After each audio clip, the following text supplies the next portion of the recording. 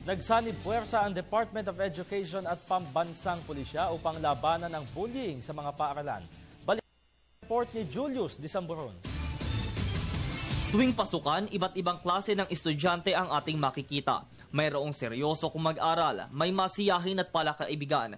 Mayroon din namang todo kung pumorma. Pero ang hindi maiiwasan ay yung mapang-api sa kapwa o bully. Ito ngayon ang tinututukan ng Department of Education sa pakikipagtulungan sa mga school administrators at Philippine National Police upang mabilis itong masawata. Naniniwala ang ahensya na ang kabataang Pinoy ay pag-asa ng bayan kaya dapat silang maprotektahan. Naipasa na po yung Anti-Bullying Act.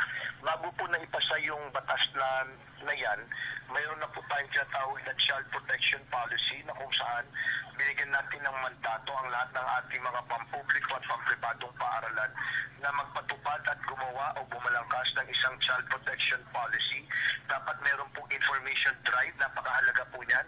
Babala ng opisyal, maaaring managot sa kamay ng batas ang mga lalabag sa Republic Act No. 10627 o maski Anti-Bullying Act of 2013. Kung ano po ba yung mga kilos o aksyon na pwedeng ituring na bullying kasi baka yung bata minsan hindi niya alam na bubuli na siya at kung ano ang kaparusahan na pwede po kaharapin nito.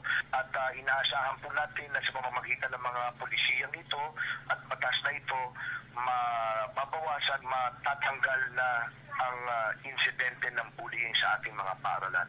Sa panig naman ng NCRPO, mahigit 2,000 pulis ang ide-deploy para matutukan hindi lang ang seguridad pati na rin ang pambubuli sa mga eskwelahan. Itong bullying ay usually ito concern na rin ng hindi lang ng mga teachers pati ating mga parents.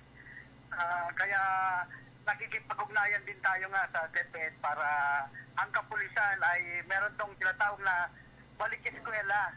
Require tayo ng higher headquarters na mag-monitor ng all types of incidents including bullying. So ito, magtatatag tayo police personnel na makikipag-ugnayan sa mga principal or head of schools para ma-prevent itong bullying na mangyayari sa mga schools.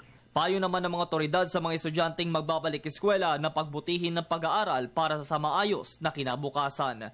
Para sa Telebisyon ng Bayan, ako si Julius Disamburon.